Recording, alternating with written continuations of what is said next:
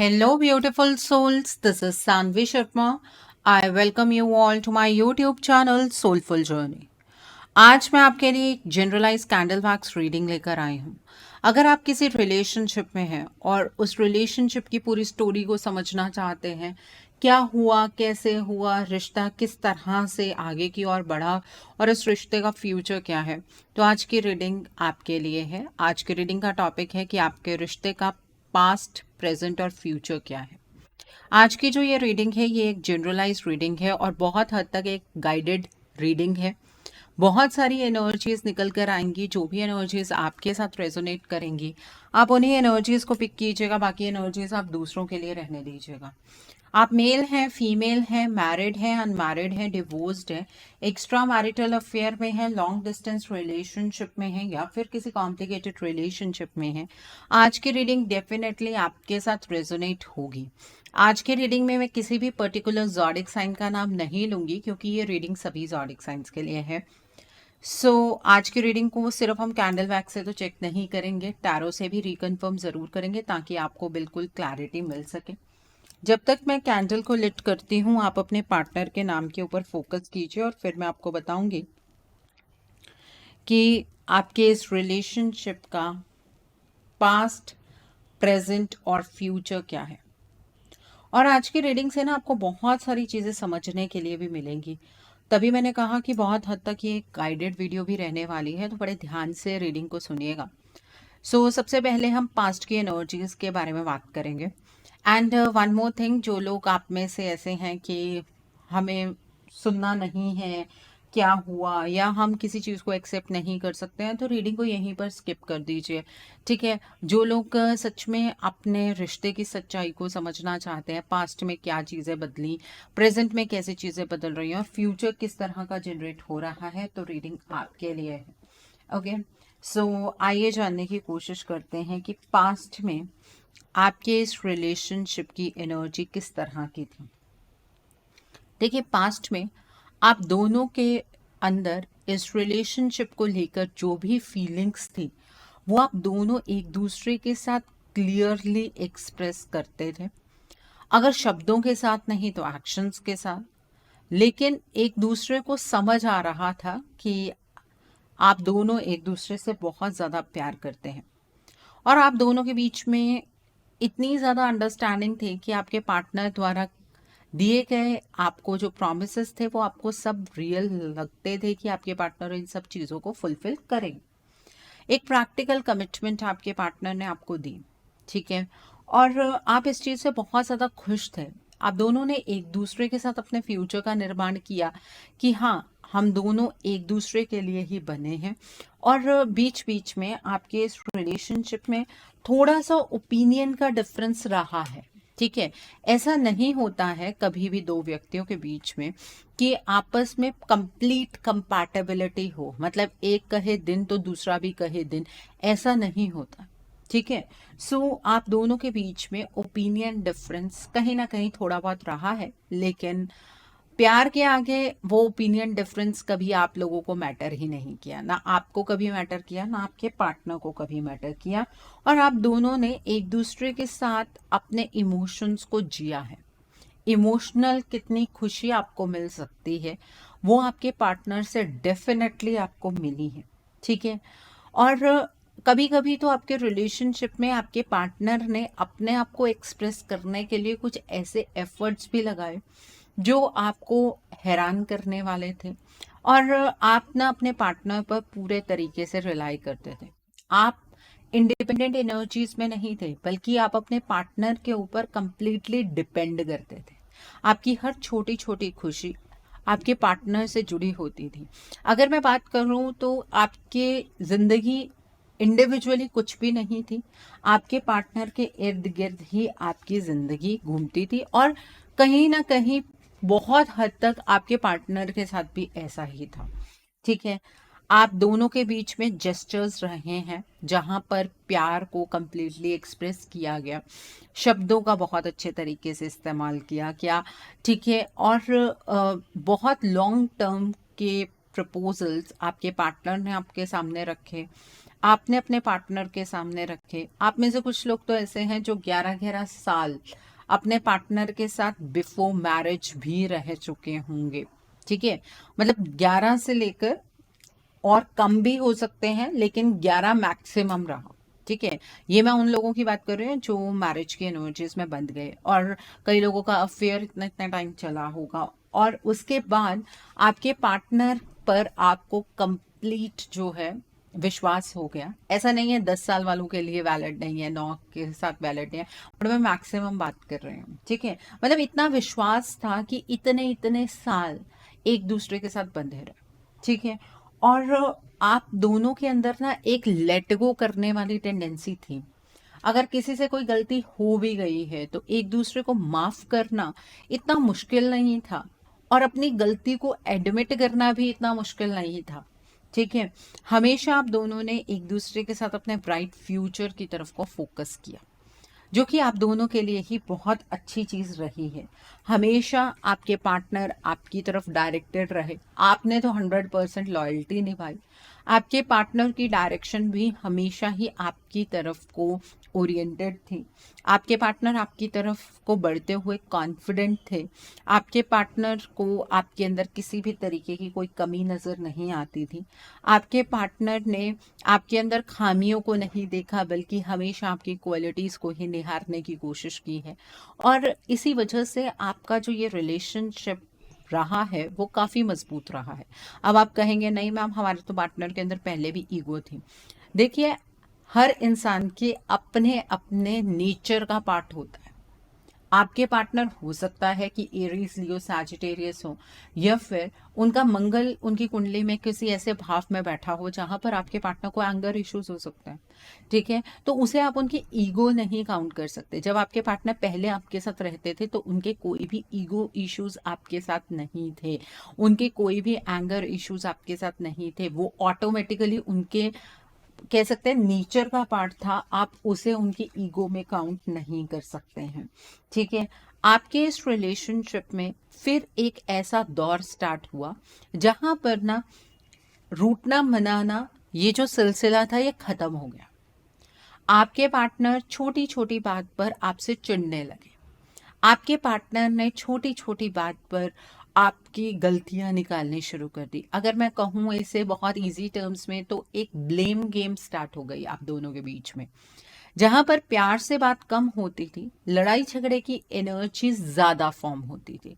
ठीक है, आप दोनों के बीच में जो ओपिनियन डिफरेंस था वो हाईलाइट होना शुरू हो गया।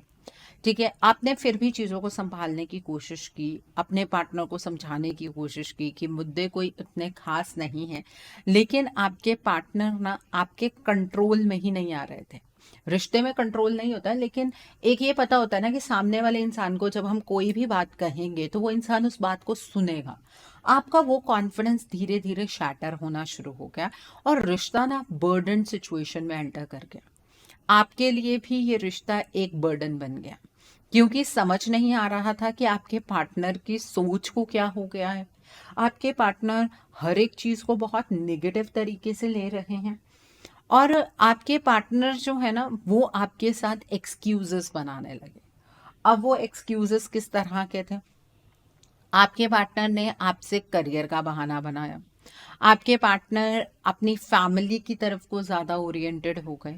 आपके पार्टनर जहाँ पर चीज़ों की परवाह नहीं करते थे कि कौन उनके बारे में क्या सोच रहा है, वहीं पर धीरे धीरे आपके पार्टनर के अंदर ये चेंज आया कि उन्हें अपनी सोशल इमेज की बहुत टेंशन है। लोग क्या कहेंगे, दुनिया क्या कहेगी, समाज क्या कहेगा, इस चीज़ की आपके पार्टनर को बहुत ज़्यादा टेंशन है। और इस आपके पार्टनर के चेंज इन बिहेवियर ने आपको एक इल्यूजन की एनर्जीज में डाल दिया, जहां पर आपको ये समझ नहीं आया कि आपके पार्टनर को हुआ क्या है। ठीक है, आप अचानक से अपने पार्टनर से रूठ जाते थे तो आप एक्सपेक्ट करते थे कि आपके पार्टनर आपको मनाए, लेकिन आपने सामने से ये चीज देखी कि आपके पार्टनर आपको ब्लॉक कर गए। ऐसा कैसे हो सकता है? एकदम से आपके पार्टनर के अंदर जो ये चेंजेस आ रहे थे वो आपकी समझ में नहीं आए। ठीक है, और इसी दौरान आपके पार्टनर ना बहुत ज़्यादा सीक्रेटिव हो गए। आप अपने पार्टनर से कुछ भी पूछने की कोशिश करते थे तो आपके पार्टनर सीधे मुंह जवाब नहीं देते थे, और ये चीज़ भी आपके अंदर काफ़ी ज़्यादा चिंता पैदा कर रही थी। ये साइकिल कुछ टाइम चला जहां पर एक्चुअली आप इसे नहीं बोल सकते हैं कि नो कांटेक्ट की सिचुएशन बन गई थी, लेकिन धीरे धीरे धीरे धीरे आप दोनों के बीच का जो कांटेक्ट है वो छूटता चला जा रहा था। आपके पार्टनर जहां आपसे घंटों बात करते थे, वहां पर दिन में एक मैसेज आना शुरू हो गया। ठीक है, जहां पर आपके पार्टनर आपके साथ अगर मैरिड हैं तो वो आपको हमेशा इम्पोर्टेंस देते थे, अपने ऑफिस की बातें आपसे करना। वहीं पर आपके पार्टनर शांत होने लगे, आपके पार्टनर अकेले में टाइम स्पेंड करने लगे। और ये चीज़ ना आपको ऐसा लग रहा था कि शायद नॉर्मल बिहेवियर है, कुछ दिनों के बाद आपके पार्टनर ठीक हो जाएंगे, बट वैसी सिचुएशन ठीक होने का नाम ही नहीं ले रही थी। और कई साइकिल्स इस चीज़ में बीत गए। ठीक है, बहुत सारे उतार चढ़ाव आपने अपने पार्टनर के साथ इस रिलेशनशिप में देखे। अब जो प्रेजेंट सिचुएशन चल रही है आपके रिलेशनशिप की, उसमें आपको ये चीज़ नज़र आ रही है कि जो आपके पार्टनर है ना, वो आपके साथ इमोशनली डिटैच हो गए हैं। उन्हें फ़र्क ही नहीं पड़ता है कि आप उनसे बात करें चाहे ना करें, आपके अंदर आपके पार्टनर को लेकर कितने ही इमोशंस क्यों ना हों, आपके पार्टनर उस चीज़ को बिल्कुल भी कंसीडर नहीं करते हैं। जबकि आप अभी भी इस रिलेशनशिप को लेकर एक नर्चरिंग एनर्जीज में है, आप अपने इस रिलेशनशिप को बहुत ब्यूटीफुली चैनलाइज करना चाहते हैं, आप ब्यूटीफुली नर्चर करना चाहते हैं। वहीं पर आपके जो पार्टनर हैं, उनके अंदर आपको ये क्वालिटीज नजर नहीं आ रही। आपको ऐसा लग रहा है कि आपके पार्टनर के ना इमोशंस आपको लेकर खत्म ही हो गए हैं। आपके पार्टनर अब आपको उतना प्रायोरिटाइज ही नहीं करते हैं। आपके पार्टनर की जिंदगी में शायद आपकी कोई अहमियत ही नहीं है, ये आपको नजर आना शुरू हुआ है। जबकि आपके जो पार्टनर है वो एक वॉरियर की तरह है। ठीक है, वो अपनी लाइफ को ना अपने तरीके से जीने की कोशिश करना चाह रहे हैं। आपके पार्टनर को ऐसा लग रहा है कि उनकी लाइफ का कंट्रोल उनके हाथ में है, उन्हें अपनी लाइफ में हर एक चीज़ को परफेक्ट बनाना है। ये आपके पार्टनर की प्रेजेंट एनर्जीज है। यहाँ पर एक चीज़ जो कॉमन आप दोनों में नज़र आ रही है, ऐसा नहीं है कि आपने इस रिलेशनशिप पर गिव अप कर दिया है या आपके पार्टनर ने इस रिलेशनशिप पर गिव अप कर दिया है। आपके जो पार्टनर हैं वो भी इस रिलेशनशिप को निभाना चाहते हैं, मतलब वो भी एक्सपेक्ट कर रहे हैं, चाहे वो डिवाइन से ही क्यों ना एक्सपेक्ट कर रहे हो, कि इस रिश्ते में उन्हें एक मौका मिले। और आप भी ये चाहते हैं कि आपके पार्टनर इस रिश्ते में आपका स्टैंड लें। आप चाहे जितनी मर्जी बातें करते हैं कि हमें कोई फ़र्क नहीं पड़ता है कि हमारे पार्टनर हमारे साथ बात करते हैं या नहीं करते हैं, आपको बिल्कुल फ़र्क पड़ता है। ठीक है, तभी आप टारो रीडिंग्स देखने आते हैं, तभी आप ये जानने आते हैं कि आपके पार्टनर की लाइफ में क्या चीज़ें चल रही हैं और किस तरह से चल रही हैं। वो फ़र्क ही तो पड़ता है। आप अपने पार्टनर को बुला नहीं पाए हैं, ठीक है, लेकिन विडंबना ये है आपके रिश्ते की कि दोनों एक दूसरे से एक्सपेक्टेशंस लगाकर बैठते हैं। आपको आपके पार्टनर से उम्मीद है कि वो सारी चीज़ों को ठीक करेंगे। आपकी एक्सपेक्टेशन तो बहुत हद तक जायज़ है, क्योंकि आपके पार्टनर ने चीज़ों को बिगाड़ा, आपके पार्टनर सिक्रेटिव हो गए, आपके पार्टनर ने आपके साथ चीज़ें शेयर नहीं की। लेकिन आपके पार्टनर आपसे इस वजह से एक्सपेक्टेशंस लगाकर बैठते हैं क्योंकि आपके पार्टनर बहुत ही ज़्यादा डिसकंटेंटमेंट की एनर्जीज में है, बहुत ही बोर्डम की एनर्जीज में है। और आपके लाइफ में ना सबसे बड़ी प्रॉब्लम ये हुई है कि आपके रिलेशनशिप का साइकिल जो है वो फाइनल साइकिल की तरफ को चैनलाइज हो चुका है। ठीक है, और इसमें आपको बहुत सारी फीलिंग्स आ रही हैं। कभी आप अपने रिश्ते को लेकर पॉजिटिव हो जाते हैं, कभी आप अपने रिश्ते को लेकर नेगेटिव हो जाते हैं। वहीं पर आपके पार्टनर सिर्फ आप ईश्वर पर इस रिलेशनशिप को लेकर रिलाई कर रहे हैं। तो एक्शन की स्टेट में आप दोनों ही नहीं है और साइकिल ऑफ सेपरेशन आप दोनों के बीच में चैनलाइज हो चुका है। ठीक है, और ये एनर्जीज धीरे धीरे धीरे धीरे अब मटीरियलाइज हो रही हैं। अब आपके इस रिलेशनशिप में प्रेजेंट में थर्ड पार्टी एनर्जी है, जहां पर आपके पार्टनर की एक ट्रांजिशन हो रही थी ना, जहां आपके पार्टनर आपके साथ सिक्रेटिव हो गए थे, आपको मना नहीं रहे थे, आपकी बातों को नहीं सुन रहे थे। वहीं पर आपके इस रिलेशनशिप में थर्ड पार्टी अपनी जगह बना रही थी और वो कार्मिक सिचुएशन थी जो एक्टिवेट हो रही थी। यहाँ आप में से बहुत सारे लोग ये बात कहेंगे कि मैम हमारे पार्टनर ने ही तो इस थर्ड पार्टी सिचुएशन को एक्टिव किया है। मैं आपकी बात को समझती हूँ, आपका पॉइंट ऑफ व्यू यही कहेगा, लेकिन वो थर्ड पार्टी अपनी जगह जिस तरीके से बना रही थी वो तरीका आपके पार्टनर को भी नहीं समझ आया। और सबसे बड़ी बात तो यह है कि अभी तक भी आपके पार्टनर के सामने इस थर्ड पार्टी का असली चेहरा नहीं आया है। कुछ लोग तो इस तरह के रिश्ते को आज प्रेजेंट में जी रहे हैं जहां पर आपके पार्टनर शायद आपसे बात कर रहे हों, लेकिन वो साथ में ये भी कह रहे होंगे कि वो इस थर्ड पार्टी को नहीं छोड़ सकते हैं। तो ये एक कोई सॉर्टेड रिलेशनशिप नहीं है, ठीक है। आपने अपनी पॉजिटिविटी पूरी इस रिलेशनशिप में लगाने की कोशिश की, आपने अपने पार्टनर को समझाने की कोशिश की। प्रेजेंट की सिचुएशन में भी आप में से बहुत सारे लोग अपने पार्टनर को समझाने की कोशिश कर रहे हैं, लेकिन आपके पार्टनर कोई भी चीज़ को समझने के लिए तैयार नहीं है। हैरानी नहीं होती आपको ये सब देखकर कि आपके पार्टनर जो आपकी छोटी सी बात को बिना कहे भी समझ जाते थे, आज आप इतनी बड़ी बातें अपने पार्टनर को एक्सप्लेन कर रहे हैं और वो आपकी कोई बात भी नहीं समझ पा रहे हैं। थोड़ा सा इस चीज़ पर सोच विचार कीजिए। प्रेजेंट की सिचुएशन ये है कि जो आपके पार्टनर आपको कमिटमेंट दे रहे थे वो अब इस कमिटमेंट से भाग रहे हैं। आपके पार्टनर आपको कमिटमेंट तो देना चाहते हैं, लेकिन आपको 3D में ये चीज़ अभी प्रेजेंट में नज़र आ रही होगी कि आपके पार्टनर तो इस थर्ड पार्टी की तरफ को अपना झुकाव ज़्यादा दिखा रहे हैं, चाहे फिर वो घर की थर्ड पार्टी हो या बाहर की थर्ड पार्टी हो या फिर दो तरह की थर्ड पार्टीज हो। कईयों के रिश्ते में 2-3 थर्ड पार्टीज भी होती हैं, ठीक है। और यहाँ पर इस थर्ड पार्टी का एक ऐसा षड्यंत्र है जिसमें आप लोगों की लाइफ का बहुत इंपॉर्टेंट टाइम डिसॉल्व हो चुका है, ठीक है। इस थर्ड पार्टी की नज़र ना हमेशा आपके पार्टनर के ऊपर बनी रहती है। आप ये सोचते हैं कि आपके पार्टनर प्रेजेंट में भी एक्शन क्यों नहीं लेते हैं, आपके पार्टनर अगर आपको चाहते हैं तब भी वो आपकी तरफ क्यों नहीं बढ़ते हैं, क्योंकि इस थर्ड पार्टी की नज़र आपके इस रिलेशनशिप पर पहले पड़ी, जहां पर इस थर्ड पार्टी ने इस रिलेशनशिप पर एनर्जीज की टर्म्स में आघात किया। और अभी प्रेजेंट में ये थर्ड पार्टी ये चाह रही है कि आपके पार्टनर इस थर्ड पार्टी को फाइनल कमिटमेंट दे दें। इस वजह से इस थर्ड पार्टी ने साइकिल ऑफ सेपरेशन चैनलाइज किया है। और बहुत हद तक जिन लोगों ने अपने रिलेशनशिप में अभी तक एक्शन नहीं लिया है, आपकी बात कर रही हूँ मैं, जिन लोगों ने जो वीडियो को देख रहे हैं, गाइडेंस समझ रहे हैं, उन्होंने एक्शन अभी तक नहीं लिया है, आपके केस में ये cycle of separation definitely materialise होगा। आप अपने रिश्ते से डेफिनेटली एलिमिनेट हो जाएंगे। कुछ लोग ये बात कहेंगे, मैम आपको तो कम से कम शुभ शुभ बोलना चाहिए, मेरे शुभ शुभ बोलने से आपके केस की एनर्जीज चेंज नहीं हो जाएंगी। तो तभी मैंने कहा था जो लोग एक्सेप्ट कर सकते हैं वही रीडिंग को देखिए, जो एक्सेप्ट नहीं कर सकते हैं वो रहने दीजिए। तो प्रेजेंट की एनर्जीज तो मैंने आपको बता दी। अब हम बात करते हैं फ्यूचर की एनर्जीज की। फ्यूचर जो आप दोनों के रिश्ते का नज़र आ रहा है वो एक ऐसा फ्यूचर है जहाँ पर आप दोनों का रिश्ता हमेशा के लिए ख़त्म हो जाएगा। जी हाँ, फ्यूचर की एनर्जीज ये इंडिकेट कर रही हैं कि जो इस थर्ड पार्टी ने धारा हुआ है कि आपके पार्टनर और आपको हमेशा के लिए सेपरेट करना है, उस चीज़ में ये थर्ड पार्टी सफल होती हुई मुझे नज़र आ रही है। और यहाँ पर कार्मिक सिचुएशन आप दोनों के रिलेशनशिप को ख़त्म करने वाली है। आपके इस रिलेशनशिप को सिर्फ अपने कुछ फ़ायदों के लिए ये थर्ड पार्टी ख़त्म कर रही है। फ्यूचर में आप इस रिलेशनशिप में अपने पार्टनर को कोसते हुए अपने पार्टनर को भुलाने के लिए मजबूर हो जाएंगे, जो चीज़ आपके लिए बहुत ज़्यादा डिफ़िकल्ट होगी, ठीक है। और ये फ्यूचर बहुत ज़्यादा दूर नहीं है, 1 महीने की बाद की एनर्जीज हैं ये, ठीक है।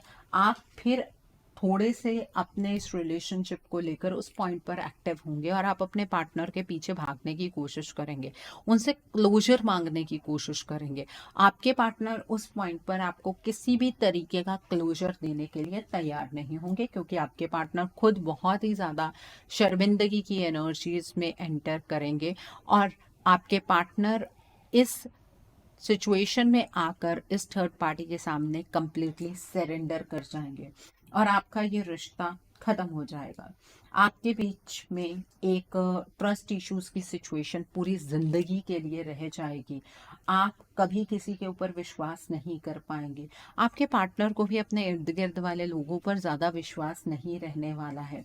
लेकिन ये थर्ड पार्टी बहुत टाइम तक आपके पार्टनर की एनर्जीज को चेंज करती रहेगी, ताकि इस थर्ड पार्टी को स्टेबिलिटी मिले लाइफ में और ये थर्ड पार्टी आपके पार्टनर के ऊपर डार्क एनर्जी और डार्क एनर्जी और स्पेल वर्क का इस्तेमाल बार बार इवन कमिटमेंट मिलने के बाद भी करती रहेगी। आप ये मत सोचिए कि अगर इस थर्ड पार्टी को कमिटमेंट मिल जाएगी तो आपके पार्टनर अपनी एनर्जीज में वापस आ जाएंगे, ऐसा कुछ भी नहीं होने वाला है।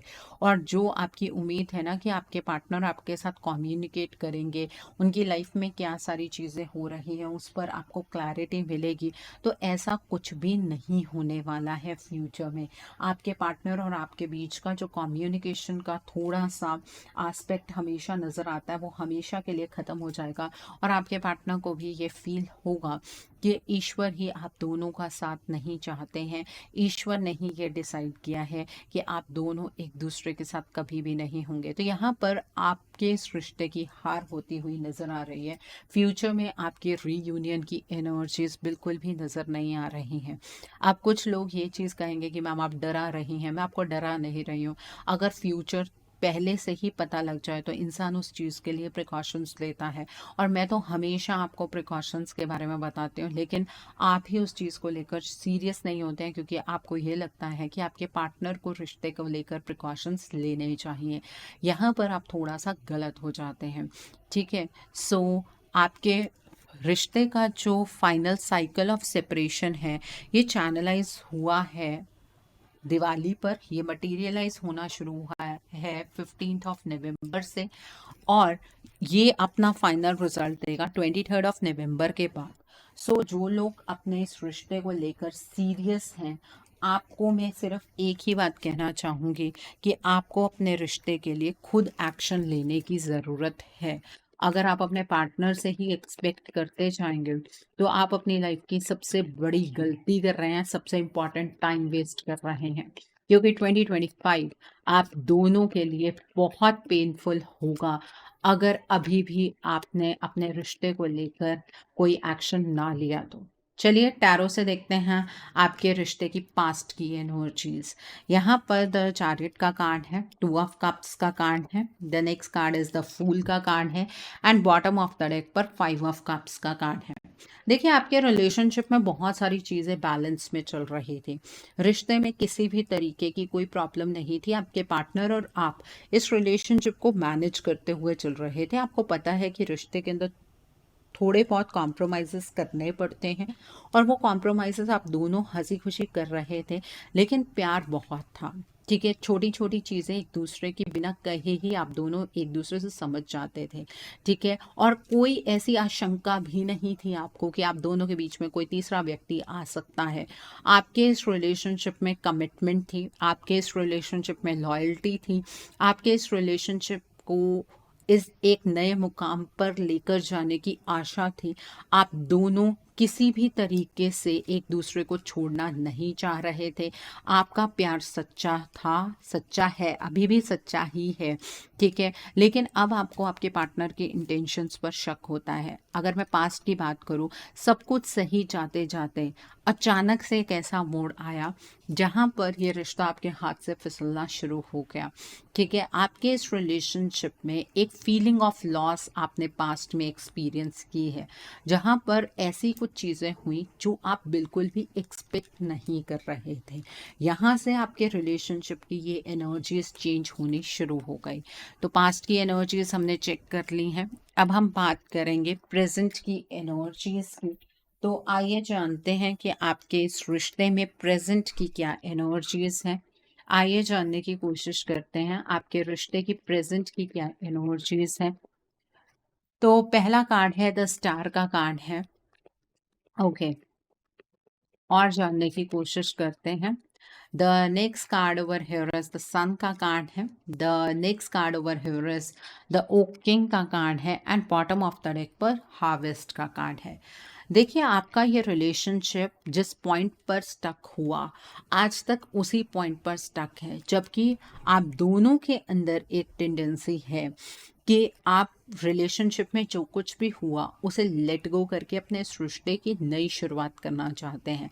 बट आपको ये नहीं पता है कि यहाँ पर आपके रिश्ते को डार्क बनाकर कोई और इंसान आपके पार्टनर के साथ अपने जो रिश्ते को बहुत ज़्यादा मजबूत करने की कोशिश कर रहा है। जो सपने आपके पार्टनर ने आपको दिखाए, वो सपने आपके पार्टनर किसी और के साथ पूरे कर रहे हैं। अब यहाँ पर आप पूरा इल्ज़ाम तो अपने पार्टनर को ही देंगे ना, कि आपके पार्टनर इस तरह की एनर्जीज में अपनी मर्जी से एंटर कर गए। लेकिन यहाँ पर आपके पार्टनर की मर्जी तो चली ही नहीं। आपके पार्टनर को एग्जैक्टली नहीं पता था कि इस रिश्ते में क्या हो रहा है, उनकी लाइफ में क्या हो रहा है।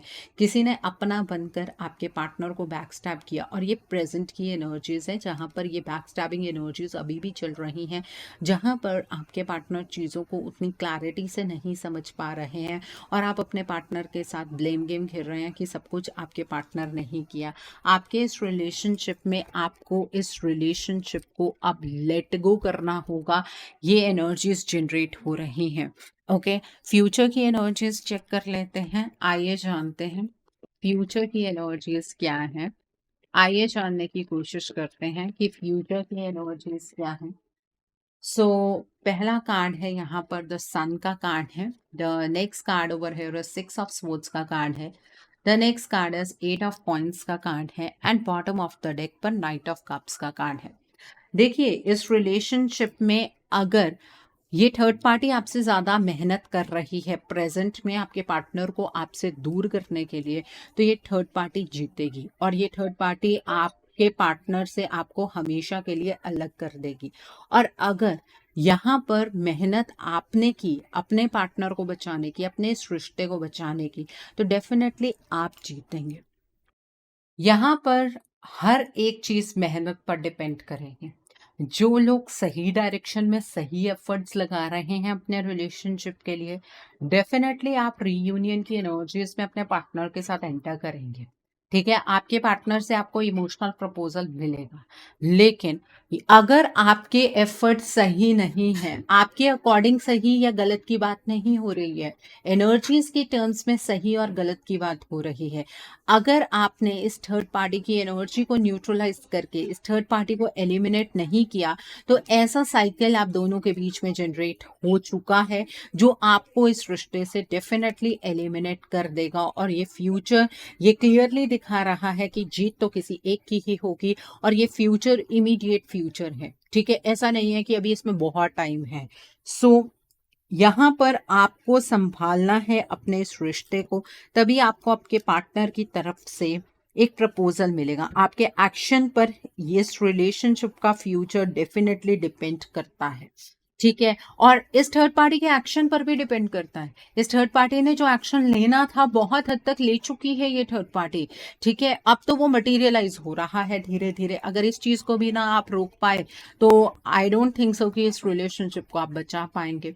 तो जो लोग अपने रिश्ते को लेकर सीरियस हैं, समझ नहीं पा रहे हैं कि क्या करने की जरूरत है, इस रिश्ते को कैसे संभाला जा सकता है, आपको अपने इस रिलेशनशिप के लिए एक रीडिंग बुक करनी चाहिए। रीडिंग में आप ये जानने की कोशिश कीजिए कि आपके इस रिलेशनशिप में ये थर्ड पार्टी ऐसा क्या कर चुकी है, और क्या वो चीज़ें रिवर्स हो सकती हैं या नहीं। अकॉर्डिंगली आप अपने पार्टनर के लिए ब्लॉकेजेस को रिमूव कर सकते हैं, या फिर कोई रेमेडी गो थ्रू कर सकते हैं अगर एनर्जीज रिवर्सिबल हैं।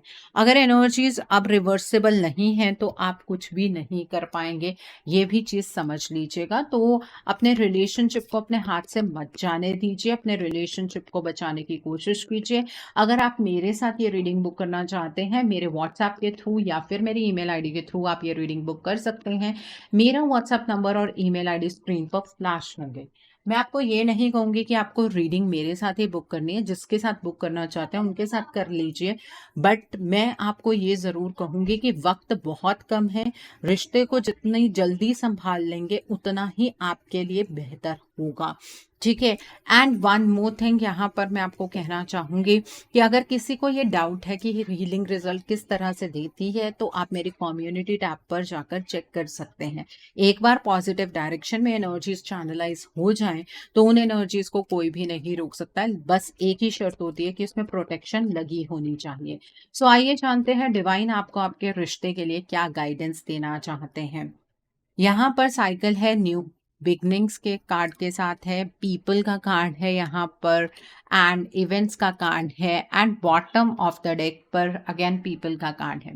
देखिए, डिवाइन आपको ये गाइडेंस देना चाहते हैं कि आपको आपके इस रिलेशनशिप में प्रोफेशनल असिस्टेंस की ज़रूरत है। आप खुद इस रिलेशनशिप में चीज़ों को ठीक नहीं कर पाएँगे। अगर आप प्रोफेशनल असिस्टेंस लेते हैं, तो डेफ़िनेटली इस रिश्ते की एक नई शुरुआत होगी। आपकी लाइफ़ के अंदर एक ही इवेंट इस टाइम पर चल रहा है, भटकाव की एनर्जीज़।